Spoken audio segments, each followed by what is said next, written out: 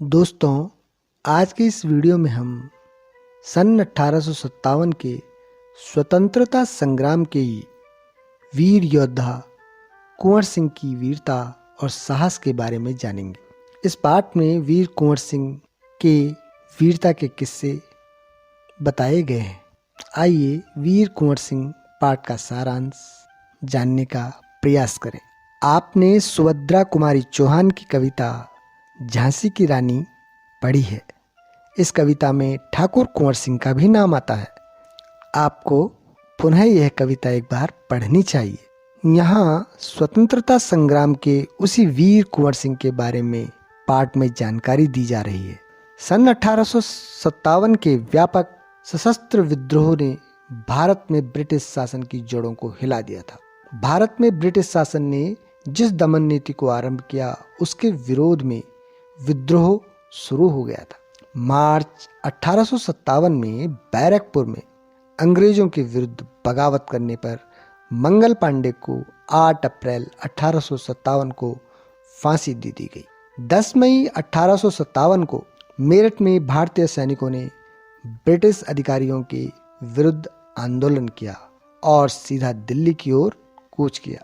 दिल्ली में तैनात सैनिकों के साथ मिलकर 11 मई को उन्होंने दिल्ली पर कब्जा कर लिया। अंतिम मुगल शासक बहादुर शाह जफर को भारत का शासित घोषित कर दिया गया।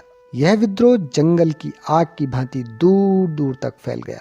कई महीनों तक उत्तरी और मध्य भारत के विस्तृत भूभाग पर विद्रोहियों का कब्जा रहा।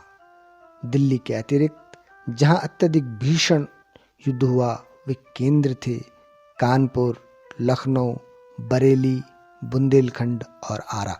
इसके साथ ही देश के अन्य कई भागों में भी स्थानीय विद्रोह हुए। विद्रोह के मुख्य नेताओं में नाना साहेब, तांतिया टोपे, बख्त खान, अजीमुल्ला खान, रानी लक्ष्मीबाई, बेगम हजरत महल और कुंवर सिंह, मौलवी अहमदुल्ला, बहादुर खान और राव तुलाराम थे। 1857 का आंदोलन स्वतंत्रता प्राप्ति की दिशा में एक दृढ़ कदम था।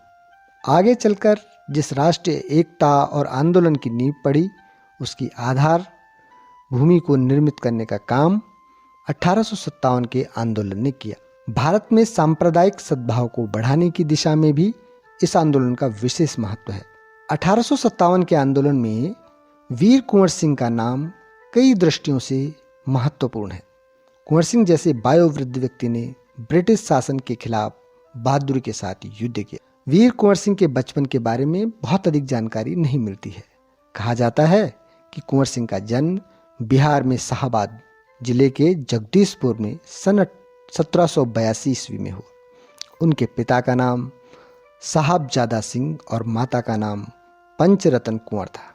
उनके पिता साहबजादा सिंह जगदीशपुर रियासत के जमींदार थे, परंतु उनको अपनी जमींदारी हासिल करने में बहुत संघर्ष करना पड़ा।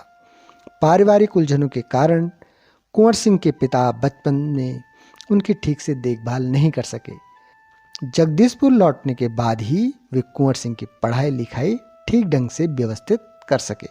कुंवर सिंह के पिता वीर होने के साथ साथ बड़े स्वाभिमानी और उदार स्वभाव के व्यक्ति थे। उनके व्यक्तित्व का प्रभाव कुंवर सिंह पर भी पड़ा। कुंवर सिंह की शिक्षा दीक्षा की व्यवस्था उनके पिता ने घर पर ही की। वहीं उन्होंने हिंदी, संस्कृत, फारसी सीखी, परंतु पढ़ने लिखने से अधिक उनका मन घुड़सवारी, तलवारबाजी और कुश्ती में लगता था। बाबू कुंवर सिंह ने अपने पिता की मृत्यु के बाद सन 1827 में अपनी रियासत की जिम्मेदारी संभाली। उन दिनों ब्रिटिश हुकूमत का अत्याचार अपनी चरम पर था। इससे लोगों में ब्रिटिश हुकूमत के खिलाफ भयंकर असंतोष उत्पन्न हो रहा था। जगदीशपुर के जंगलों में बसुरिया बाबा नाम के एक प्रसिद्ध संत रहते थे। उन्होंने ही कुंवर सिंह में देशभक्ति एवं स्वाधीनता की भावना उत्पन्न की थी। उन्होंने बनारस, मथुरा, कानपुर, लखनऊ आदि स्थानों पर जाकर विद्रोह की सक्रिय योजनाएं बनाई। 1845 से 1846 तक वीर कुंवर सिंह काफी सक्रिय रहे और गुप्त ढंग से ब्रिटिश हुकूमत के खिलाफ विद्रोह की योजना बनाते रहे। उन्होंने बिहार के प्रसिद्ध सोनपुर मेले को अपनी गुप्त बैठकों की योजना के लिए चुना। सोनपुर में पशुओं का विश्व प्रसिद्ध मेला लगता है।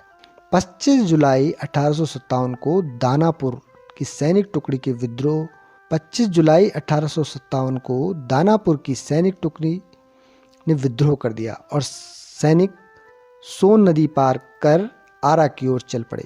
कुंवर सिंह से उनका संपर्क पहले से ही था। इस मुक्ति वाहिनी के सभी बागी सैनिकों ने कुंवर सिंह का जय घोष करते हुए आरा पहुंचकर जेल की सलाखें तोड़ दी और कैदियों को आजाद करा दिया। 27 जुलाई 1857 को कुंवर सिंह ने आरा पर विजय प्राप्त की। सिपाहियों ने उन्हें फौजी सलामी दी। यद्यपि कुंवर सिंह अब बूढ़े हो चले, परंतु वह बूढ़ा सूरवीर इस अवस्था में भी युद्ध के लिए हमेशा तत्पर रहा। आरा क्रांति का महत्वपूर्ण केंद्र बन गया।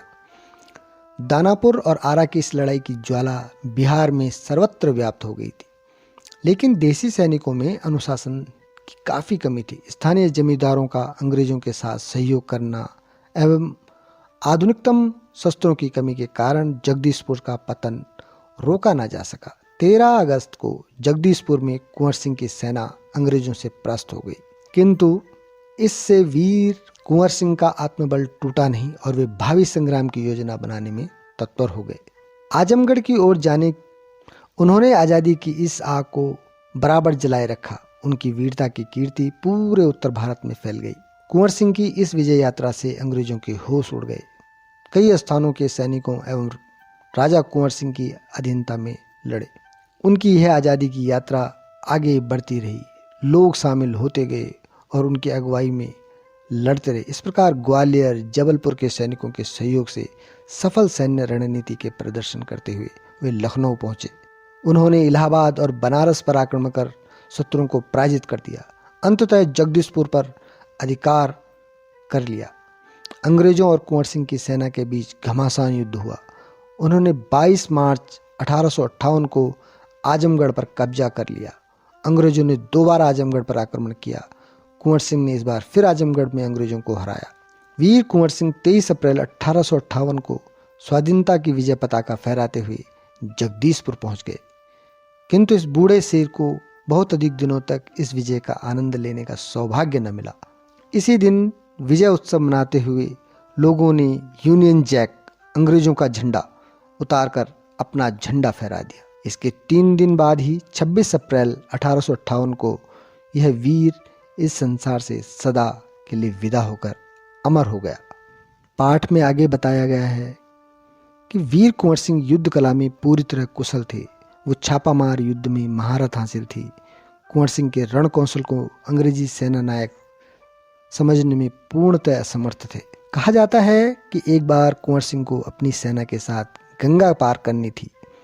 अंग्रेजी सेना निरंतर उनका पीछा कर रही थी, पर कुंवर सिंह भी कम चतुर नहीं थे। उन्होंने अफवाह फैला दी कि वे अपनी सेना को बलिया के पास हाथियों पर चढ़ाकर पार करेंगे। फिर क्या था, अंग्रेज सेनापति डगलस बहुत बड़ी सेना लेकर बलिया के निकट गंगा तट पर पहुंच गया और कुंवर सिंह की प्रतीक्षा करने लगा। कुंवर सिंह ने बलिया से 7 मील दूर शिवराजपुर नामक स्थान पर अपनी सेना को नावों से गंगा पार करा दी। जब डगलस को इस घटना की सूचना मिली तो भागते हुए शिवराजपुर पहुंचे, पर कुंवर सिंह की पूरी सेना गंगा के पार जा चुकी थी। एक अंतिम नाव रह गई थी और कुंवर सिंह उसी पर सवार थे। अंग्रेज सेनापति डगलस को अच्छा मौका मिल गया। उसने गोलियां बरसानी आरंभ कर दी। तब कुंवर सिंह के बाएं हाथ की कलाई को भेदती हुई एक गोली निकल गई। कुंवर सिंह को लगा कि अब हाथ तो बेकार हो ही गया है, गोली का जहर भी फैलेगा। उसी क्षण उन्होंने गंगा मैया की ओर भावपूर्ण नेत्रों से देखा और अपने बाएं हाथ को काटकर गंगा मैया को समर्पित कर दिया। कुंवर सिंह ने अपने ओजस्वी स्वर में कहा, हे गंगा मैया, अपने प्यारे की यह अकिंचन भेंट स्वीकार करो। उनकी वीरता का यह किस्सा काफी मशहूर है। वीर कुंवर सिंह ने ब्रिटिश हुकूमत के साथ लोहा तो लिया ही, उन्होंने अनेक सामाजिक कार्य भी किए। आरा जिले के लिए जमीन दान दी, जिस पर स्कूल के भवन का निर्माण किया गया। कहा जाता है कि उनकी आर्थिक स्थिति बहुत अच्छी नहीं थी, फिर भी वे निर्धन व्यक्तियों की सहायता अक्सर करते थे। उन्होंने अपने इलाके में अनेक सुविधाएं प्रदान की थी। उनमें से एक है आरा जगदीशपुर सड़क और आरा बलिया सड़क का निर्माण। उस समय जल की पूर्ति के लिए लोग कुएं खुदवाते थे और तालाब बनवाते थे। वीर कुंवर सिंह ने अनेक कुएं और जलाशय बनवाए। कुंवर सिंह उदार एवं अत्यंत संवेदनशील व्यक्ति थे। इब्राहिम खान और किफ़ायत हुसैन उनकी सेना में उच्च पदों पर आसीन थे। उनके यहाँ हिंदुओं और मुसलमानों के सभी त्यौहार एक साथ मिलकर मनाए जाते थे। उन्होंने पाठशालाएं और मकतब भी बनवाए। बाबू कुंवर सिंह की लोकप्रियता इतनी थी कि बिहार की कई लोक भाषाओं में उनकी प्रशस्ति लोकगीत के रूप में आज भी गाई जाती है। दोस्तों, इस प्रकार हमने वीर कुंवर सिंह नामक पाठ में कुंवर सिंह जी की वीरता के किस्से जाने और जाना किस प्रकार उन्होंने 1857 की क्रांति को आगे बढ़ाने के लिए अपना महत्वपूर्ण योगदान दिया। धन्यवाद।